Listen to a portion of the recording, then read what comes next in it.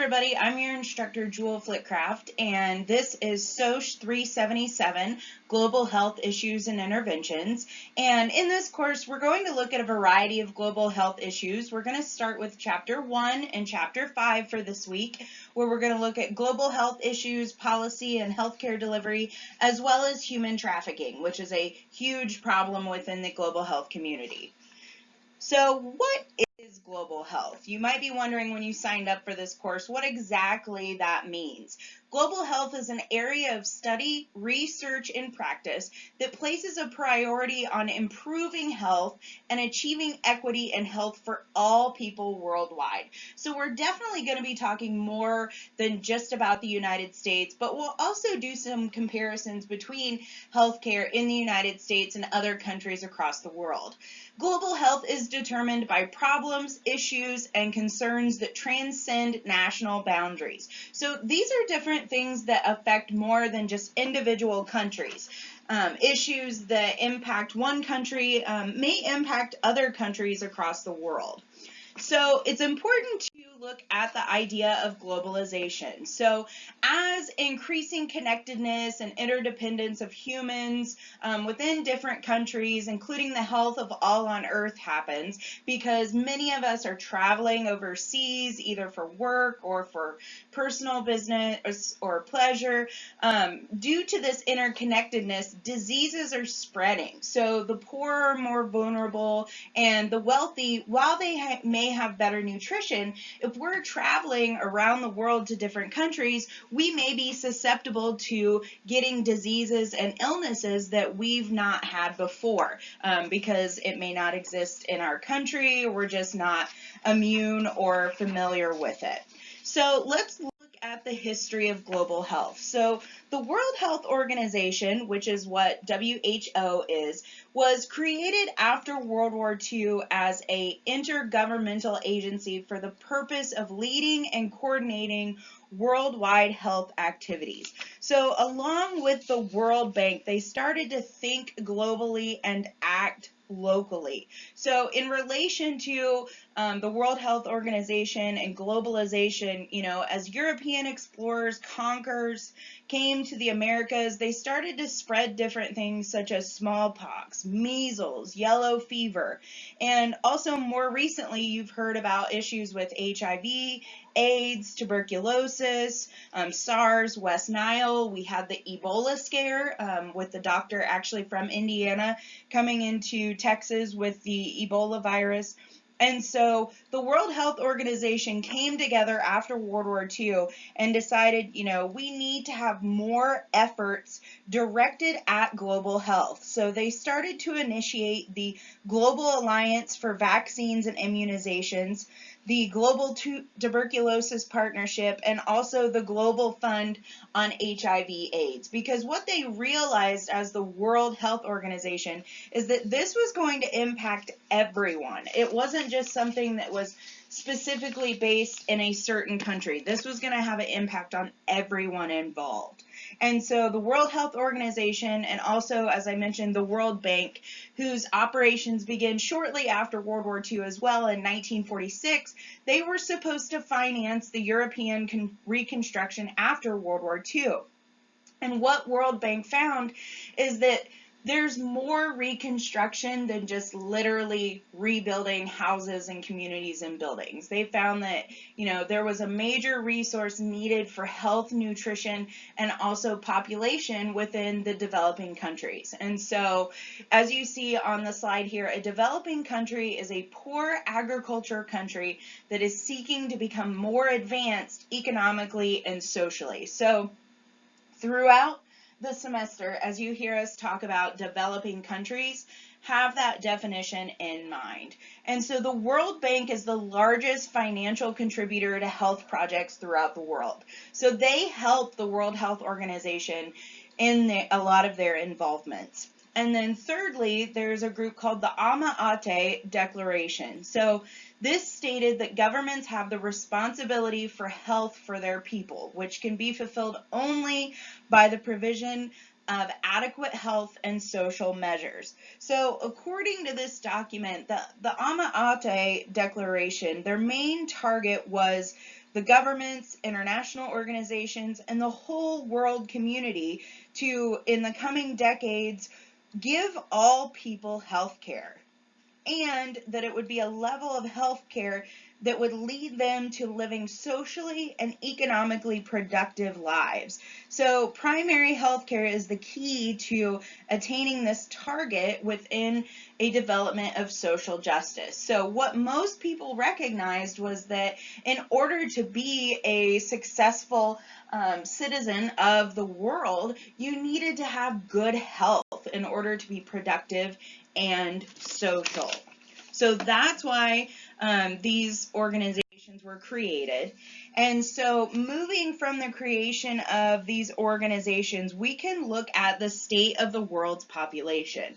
So worldwide, a child born in 1955 had an average life expectancy at birth of 48 years. This varies between men and women. Oftentimes women would live up to 48 years, men would live up to 46 years. And so thankfully, as times have changed and due to improved living conditions, advances in medical science, and then also population level interventions, the average life expectancy had increased to at least 66 years old by 2000.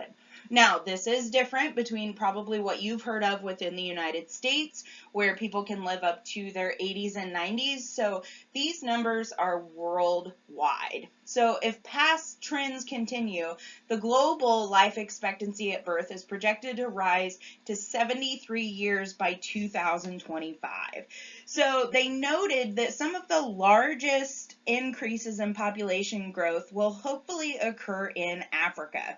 So many countries are facing a shrinking pool of working individuals, so people between 15 and 64, who are needed to support the older adult population. So then, looking at the United States, the largest population growth is expected to come from immigration and the growth of older adult population for the U.S. So you can see on this slide there are some statistics in regards to low-income countries will have an increase from 55 to 57. Higher income countries such as the United States, Europe, parts of Asia will have 78 to 80 years. And so the world's population reached 7 billion people in 2011. And so, but an important note needs to be made that women on average are having fewer children than they were in the 1960s. If you've taken the Introduction to Sociology class, you'll understand that that average has dropped because of more women working in the workplace. Women are getting married later in life. They are not wanting to have children as early in life. And so that makes a big difference between when they have children and how the world population then continues. So looking at MDGs, so you'll see this a couple different times throughout the textbooks. So MDGs are Millennium Development Goals. So these were adopted in the year 2000 and set to be achieved by 2015. And these are broadly supported, comprehensive, and specific development goals worldwide. So this was something that was created in order to take care of people across the world. So they were looking to improve on the benchmarks for things such as income, poverty, hunger, maternal and child mortality, disease, and adequate shelter, gender inequality, environmental degradation, and the Global Partnership for Development. And so these were issued by the United Nations, and you'll see throughout your text it gives some details on the progress of how these were made. So you might be wondering, well, why exactly are we looking at these? Because the organizations that we looked at before, while they were making great impact, we needed to have a specific set of goals in place worldwide, because we have issues, such as mentioned before, where there's child mortality, where the life expectancy varies around the world, where some women don't live as long as men. There's issues that occur such as, tobacco use and other substance uses that cause people's lifespans to be shorter. And so it's important that these Millennium Development Goals were created in order to help prevent these things from happening throughout the world. So were the Millennium Development Goals a success?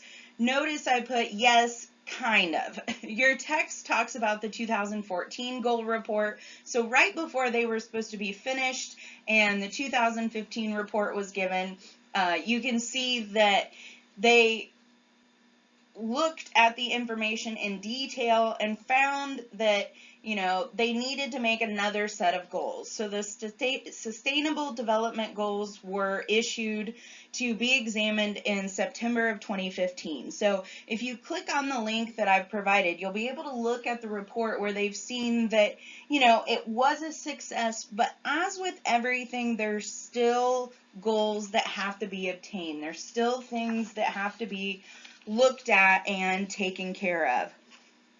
So from looking at MDGs, we're going to look at years of life lost. So years of life lost in your text is a calculation that subtracts the average life expectancy from the actual age of death.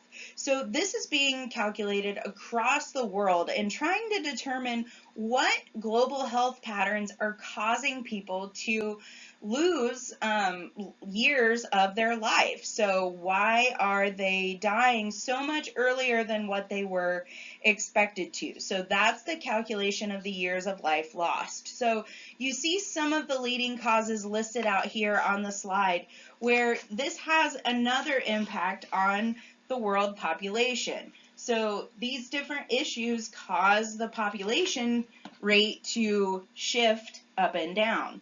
And so some other leading causes to that in the world population challenges include migration from rural areas to urban cities, the stress that occurs on the global environment, increased demand for family planning, pregnancy and childbirth complications, a lack of prenatal care across the world, skilled birth attendants, so people who are there while someone is having a baby, they'll be hopefully delivered by a skilled birth attendant and not just, a random family member or person within the community or the tribe.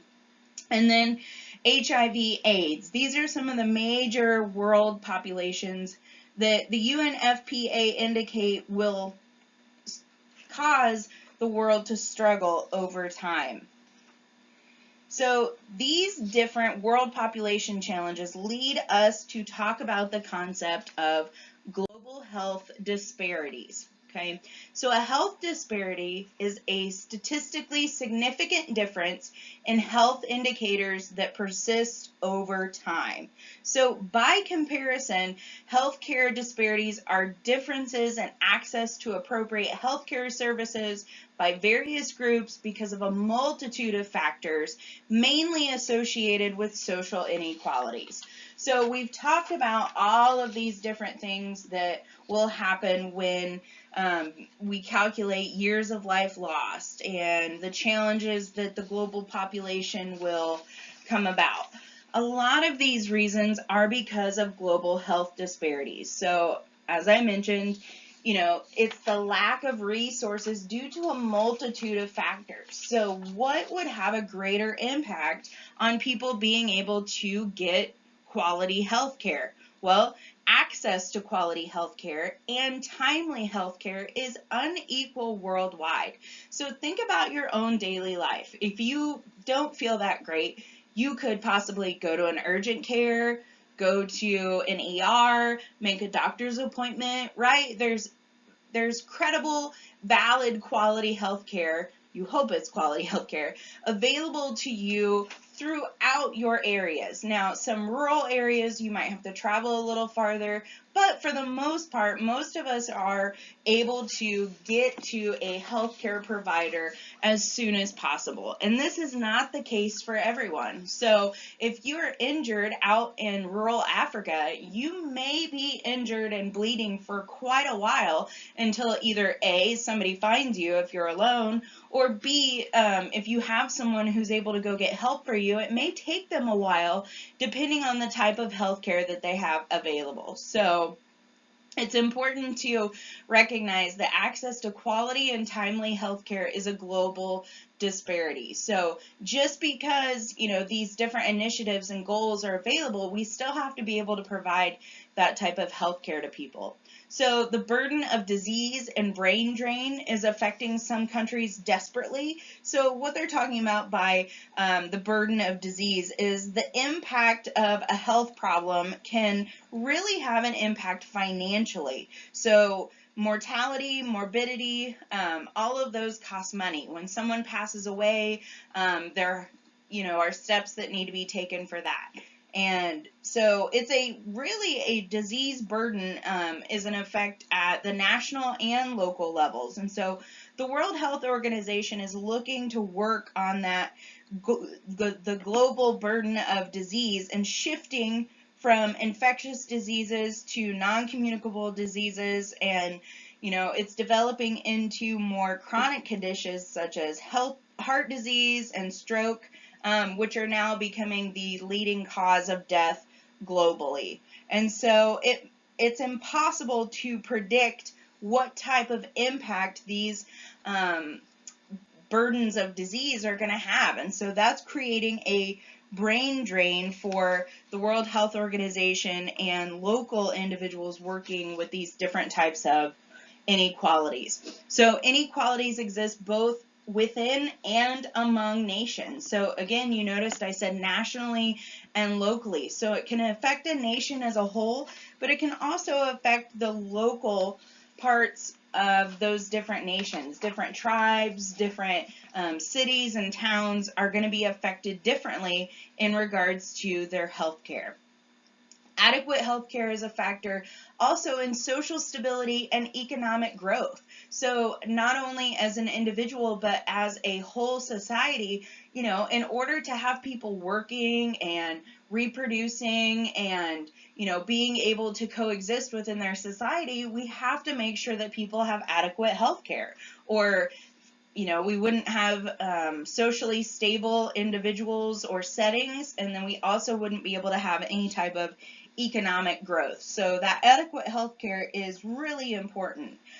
They find that countries who don't have adequate health care often have inadequate funding, poor government organization, and inadequate access for healthcare services for all of their populations. So it really is important that adequate health care exists.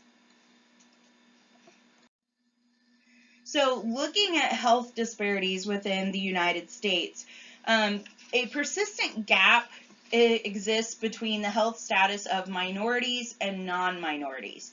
So you can see I've listed here some of the minorities that exist in the United States: African Americans, Hispanics, Latinos, American Indians, Alaskan Natives, Asian Americans, Native Hawaiians, and Pacific Islanders. So many of these minorities have higher rates of infant mortality, cardiovascular diseases, diabetes, HIV/AIDS, and cancer. They also have lower rates of immunizations and cancer screenings. So you might wonder, well, why in the world do we have all of this? I don't understand. If these people are within the United States, why are minorities not receiving the same type of care that everyone else does?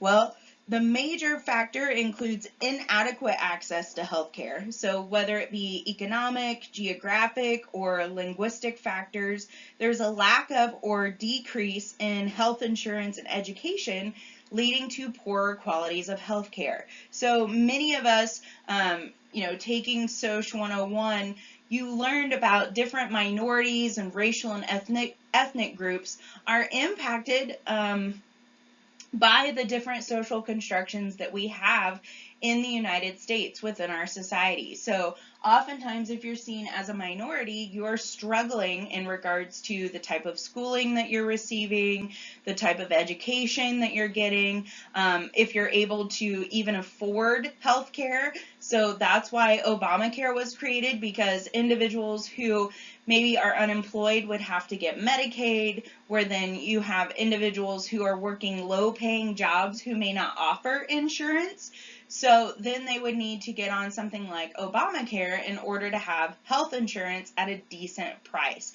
Because most of us know insurance premiums are astronomical if you're not getting it through a workplace. So if your workplace doesn't offer health insurance, how are you going to be able to get screenings for cancer, get medicine for diabetes, get care for cardiovascular diseases, and other diseases of that nature if you don't have the availability for that type of health care? And then there's also substandard quality of care, or a lower quality of care. So caused possibly by patient-provider miscommunication, provider discrimination, and stereotyping or prejudice. So again, if you've taken Social 101, we talk about race and ethnicity and unfortunate forms of prejudice and discrimination that exist in the United States. Some forms of racism, while that has decreased, there are still possibilities of that being available and happening within the healthcare system. And so, if someone isn't able to provide a translator possibly, then someone may not be able to explain what exactly is wrong with them health-wise. And so that can cause miscommunication, and then also depending on the opinions and prejudice of the provider, they may or may not provide inadequate health care due to discrimination. So those are some important health disparities to look at within the United States. So some of the challenges that come with the world population growing. So while that would be great that people would live longer and grow more, and more people would grow, the global population then will have an impact on everyone worldwide. So the world's population is supposed to increase by 2.5 billion people by the time we hit 2050. And so right now, the average family size is about 3 children per woman, and it declined from 6 children per woman in 1960. And so thankfully that is from family planning, where people are available to get birth control information about reproducing during their cycle, the best times to and to not have intercourse to make a baby. And so that led to countries with decreasing birth rates expected to have an increased aging population. So it's kind of like a catch-22. It's like, oh, this is great. Women are more in control. Women and men are more in control of their family planning. They have help, in order to maybe stack it out where they have, one kid, 3 years apart, another one 2 years apart. But with this family planning, then that causes an increased aging population. Not having as many babies born then has the population caused to be older and get aging without having that younger generation available to help take care of the aging population. So developing countries will comprise 96% of the population. The population in Europe and Japan is actually expected to decrease, and the U.S. population is expected to only increase about 1% related to immigration. So individuals coming from around the world to come live in the United States.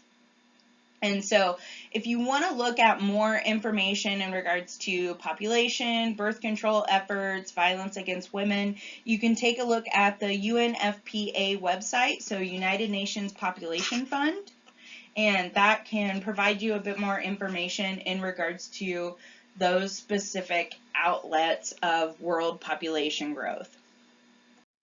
We were discussing adequate health care earlier, and what exactly does that mean for a country to have an adequate healthcare system and be able to have good health for their individuals? So it's important that an adequate healthcare system should have or be equitable access to quality care in the forms of both prevention and treatment services for rural and urban populations. So it should be equal between whatever population you are a part of. It shouldn't be separate just because you're a part of the rural community or the urban community. Second, affordability, which means that even if people have no income or health insurance, they should be able to receive services. This is a big argument within the United States specifically of should the government provide health care for everyone, or is it something that we should just make individuals earn, whether it be through their workplace or if they apply for government assistance? And thirdly, sustainability, which means that the system has a long-term political and financial support. So it doesn't help individuals to get good health and have adequate health care if it's not sustainable, if there's not enough funding available for individuals to be able to receive that type of good health care. So good health indicators should include definition, validity, feasibility, and utility. So all of these things have an impact on that adequate healthcare system. It provides estimates of a country's state of health. It may reflect either direct or indirect measurements of a health phenomenon. And then few developing countries, though, are able to measure their health statistics accurately. So some of them aren't able to provide a definition or validity or the feasibility or that utility in regards to their health statistics. So some developing countries may ask for assistance from other countries in order to come up with these good health indicators and measure those statistics for them.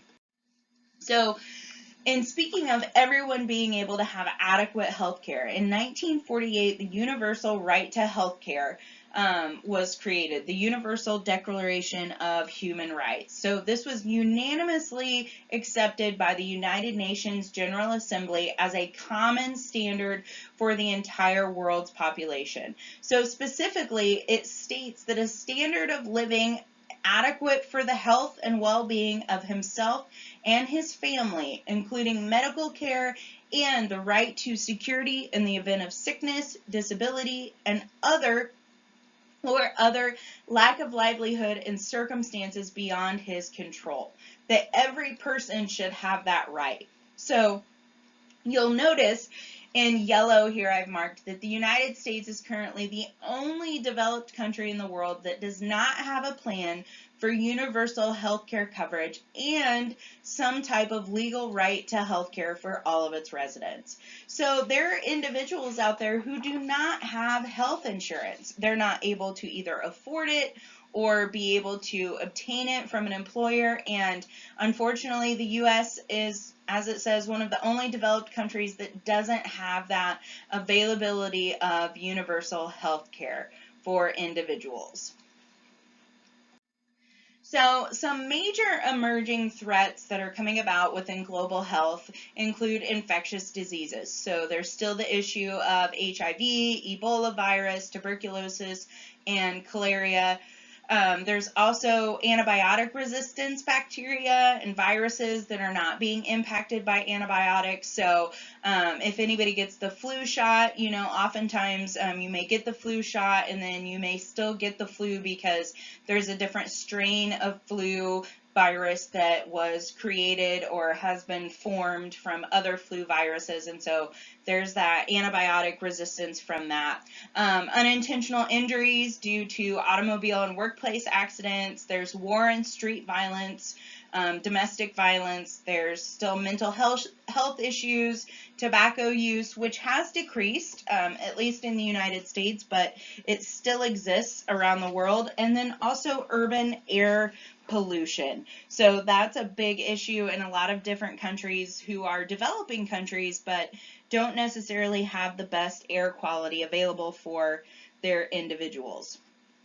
So they thought it was important then to look at the moral issues within global health. So the creation of global health initiatives has to also look at the ethical and moral values that come from helping individuals with their health and their health care. So some global initiatives were created, such as humanitarianism, which is acting virtuosely towards those in need. It is often a response to social problems. It's incorporated with all religions and is really based on compassion. So there's a lot of humanitarian efforts in regards to when we have natural disasters across the world, and so that's an important thing to look at in global health.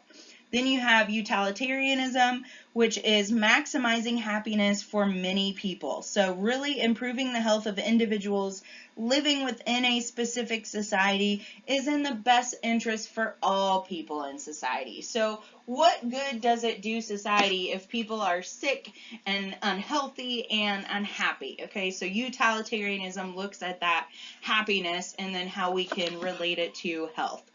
Equity by achieving a fair distribution of health capabilities. So again, ensuring that all people in society have a fair and equal chance to achieve good health. So are we able to have some low income health facilities available? Are different sites like Planned Parenthood, who provide things for a cheaper aspect, those may be considered part of this moral issue of that equity of achieving a fair distribution of health capabilities.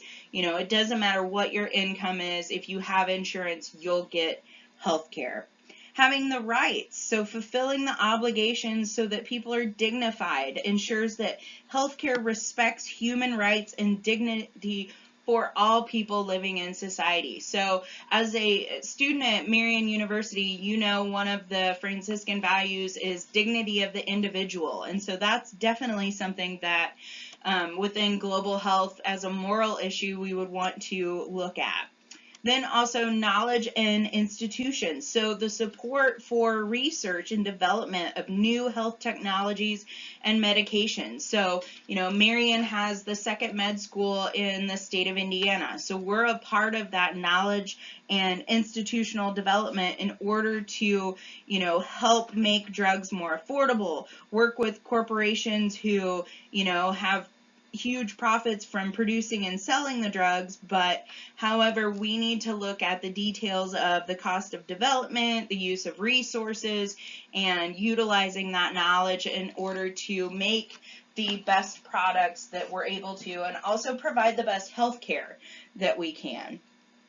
And then lastly, a consensus and of advocacy groups. So people who are usually in powerful political positions who wish to have health policies established for others in society. We need advocacy groups. We oftentimes need people who have that political and sometimes financial access that other people in the world don't. It's kind of like speaking for the little guy, providing that voice for them that they've needed, that they're not able to give themselves.